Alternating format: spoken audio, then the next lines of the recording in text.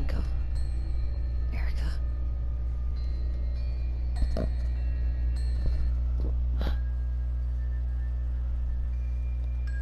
one wants to talk about it, but it's all that's on anyone's mind these days.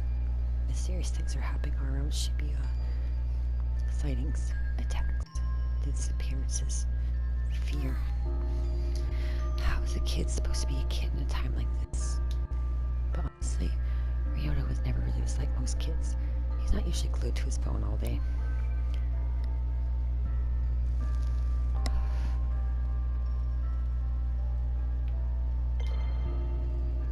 Ryota's concerns bring him to a mysterious case file posted online. It's titled Kiri Gaoka Vanishing. Reads it to himself best he can. Having tracked another report of dark fog to the area, I arrived to find it had passed, leaving the cheery rain hanging over the neighborhood. At the scene, all we found were the clothes of a mother and a son, left behind like two molted cicada shells. It's hard to even imagine. A parent and her child just gone. Precious lives snuffed out forever. My heart sank knowing that I had failed to protect them. It was the worst feeling I'd ever felt.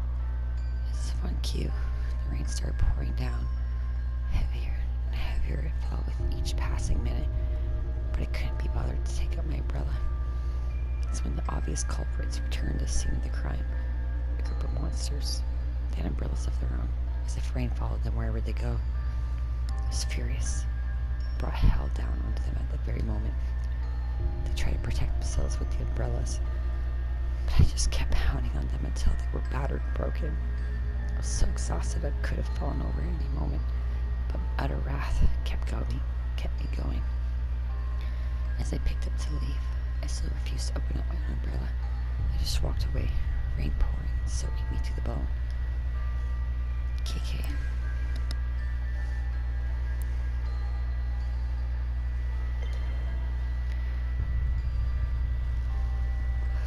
Being able to shake the idea that monsters are all around him, Ryota navigates on his phone a document called Marunochi Vanishing. Language complicated, but he works to understand. It says, I got a tip on a missing woman. When you've been a detective as long as I have, you tend to build a big network of contacts. The story my contact told me is that they saw the woman one day when the fog rolled in. It blanketed the area, and then poof, she was gone. Times like these make me wish there was somebody was around. Come to think of it. The fog and these disappearances set up a scene. When I first met the rest of my crew, everybody kept talking about folks just up and disappearing. And I thought it was a lot of horse shit. It wasn't until I met them, until my encounter, that I believed. Ever since then, I've been haunted by what everyone's called hallucinations. Turns out being able to see spirits and monsters isn't fantasy movie nonsense after all. Guess I should be thankful, because otherwise I wouldn't have seen through that monster taking the form of the woman. She made a bunch of red orbs appear that chased me around, but I knew so long as I didn't let myself get surrounded, I'd be okay. She was a nightmare to look at, so I put her out of her misery. When I searched the scene, I spotted a woman's handbag. Found the missing lady's ID cards in there. Then I came across some clothes that looked like they'd been hers. They were in a little pile, but the way they had fallen made it clear that her body just vanished. No mistaking whose handiwork it was either. I finally managed to get my hands on saw enough lead to work with.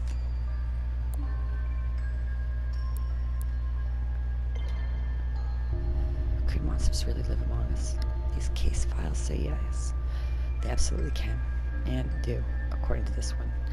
The lady called me about a missing person who vanished from the bathroom of her apartment. Usually I'd brush it off as another runaway, but after seeing the crows circling above her apartment, I had a feeling there'd be more to this. The black stains on the front door verified my hunch. Turns out that I'm the only one who could see these black stains. The lady who lived there showed me in.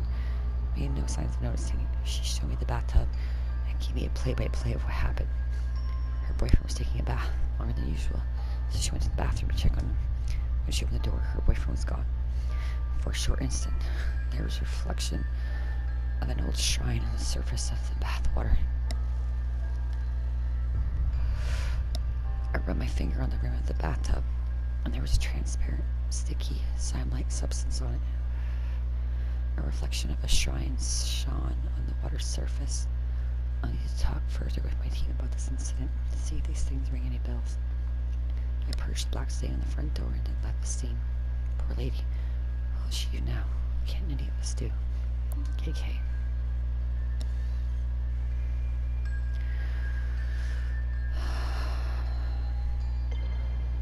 In these posts, the kid found something or other. Someone called KK has been looking at monsters to parse out. Believe her, just like Riota.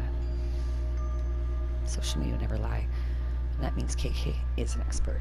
Maybe the expert in all these things paranormal. There's only one thing left to do. Having pored over every story, post, and grainy photo about local monsters he could find, Riota prepares to take action. I'm gonna ask this KK guy to help. Just figure out where he lives first.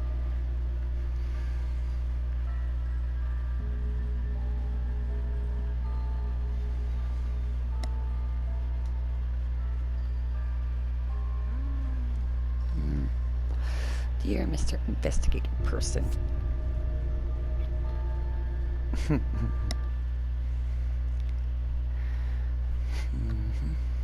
Mr. Investigating Person.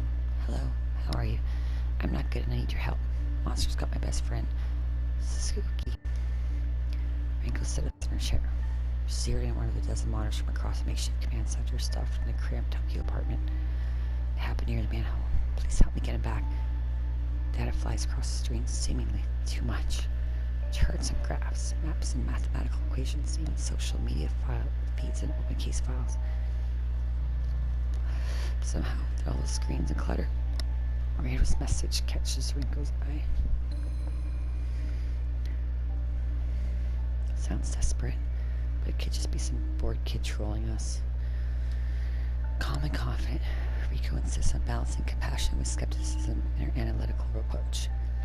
On the other hand, that manhole is within the vicinity of several recent incidents. Maybe he is involved. She knows what she thinks.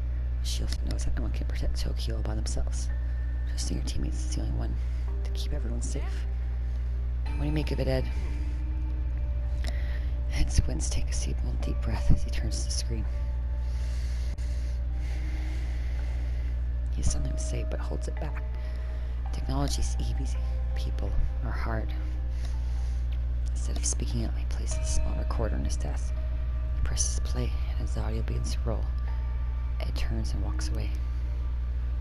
I've heard intriguing stories about so-called manhole girls in Japan. Vengeful ghosts of bullied students said to trick other children to follow them into the sewer, from where they never return. If any information tells up about such anomalies, I'd be keen to investigate. Though I speak purely out of personal interest, it might not be enough to make the rest of my team pursue it without further evidence. Okay. Safe to say, since you somehow found the time to record something this specific about a single urban legend that you want to look into, and it's already engrossed in other work, he doesn't respond. So he doesn't notice when Rinko rolls her eyes. He rarely does. Possibly best. We have no idea how you spend your free time, huh, Ed? Erica's sitting next to Rinko this entire time, listening and waiting for the right time to chime in. That time is... Let me check it out. I don't think so, Erica. It could be dangerous where something happens to you. Seriously, you still don't trust me to go over myself for 5 minutes in the middle of the day?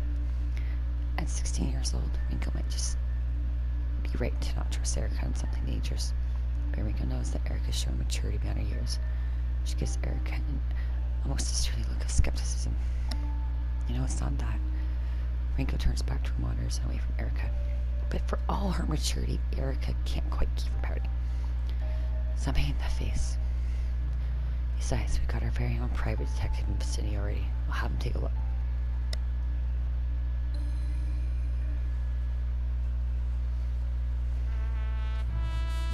Stalls brimming as a wide array of customers eat in rosy silence. The only sound they make is the slurping of their meals. Then silence breaks when the phone begins to vibrate upon the countertop. The owner ignores it, choosing to focus on his meal instead. The phone doesn't care about his hunger and continues to vibrate. The phone wins. The peace and solitude have shattered. There's no way to enjoy noodles. God damn it. The silent diner finally glances at the screen. Vincent muttered to himself. Another case. These people have been working harder than my enemies ever did. Can't get 5 minutes to enjoy a nice quiet lunch.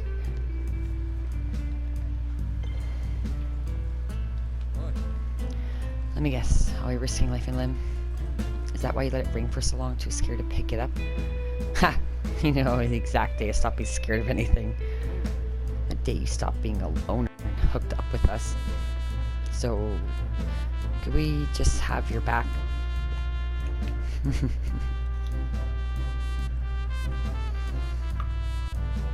Well. Look who showed back up. Oh, hey you.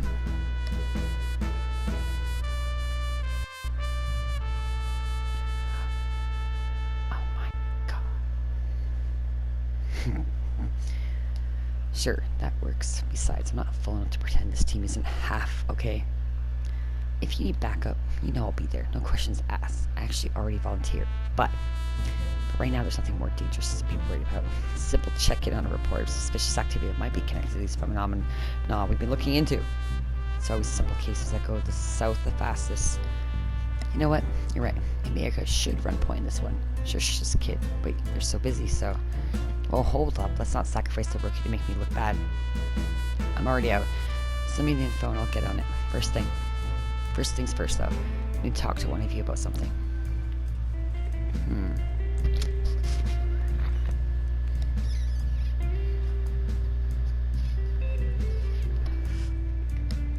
Let's see. Who do I want to speak to?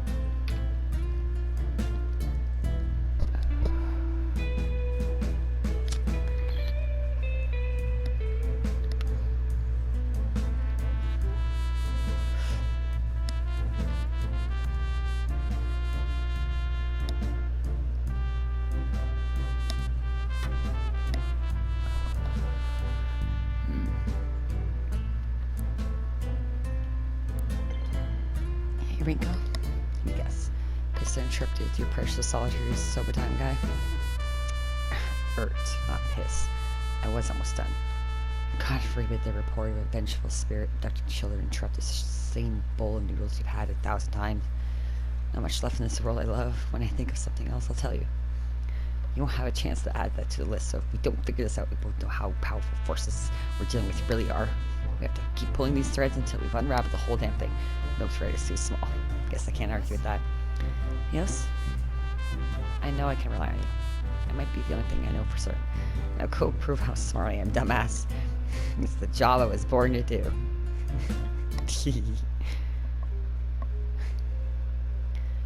Rito doesn't notice the people pass him straight. They don't notice him either.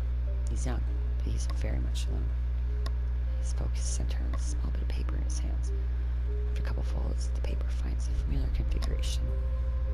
With the head, arms, and body take shape, a palm-sized person stands in his hands. As Riota's next creation, someone has been observing from far steps all the shadows. What have you got there?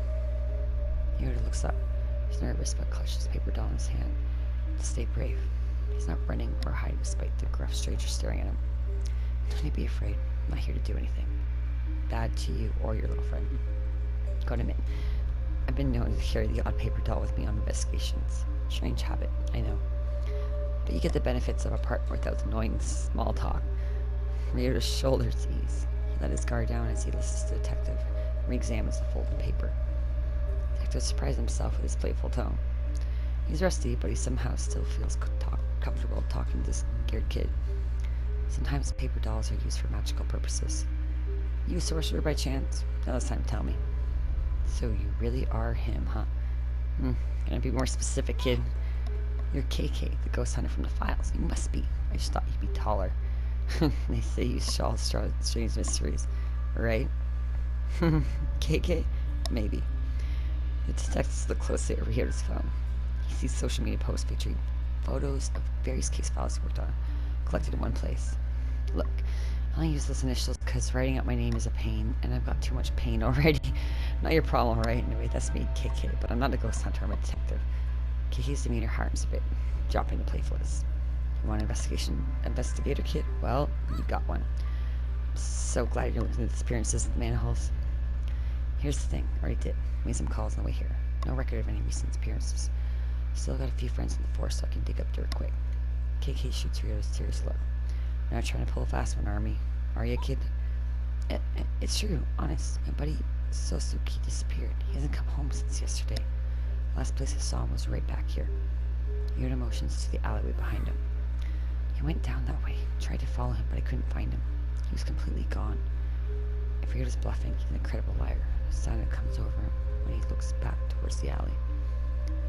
KK looks back and forth, from the kid to the alleyway behind him. All alleys are dark, but this one looks like it's never seen daylight. See any fog when that happened, the moment he disappeared? Now you mention it, there's been something spooky around, like a kind of fog or darkness, but it came and then went. Alright. KK mutters something to himself as he eyeballs the alleyway behind Ryota. Nothing looks immediately out of place. There's so much going on down in the city, some kid getting lost doesn't exactly seem like front page news.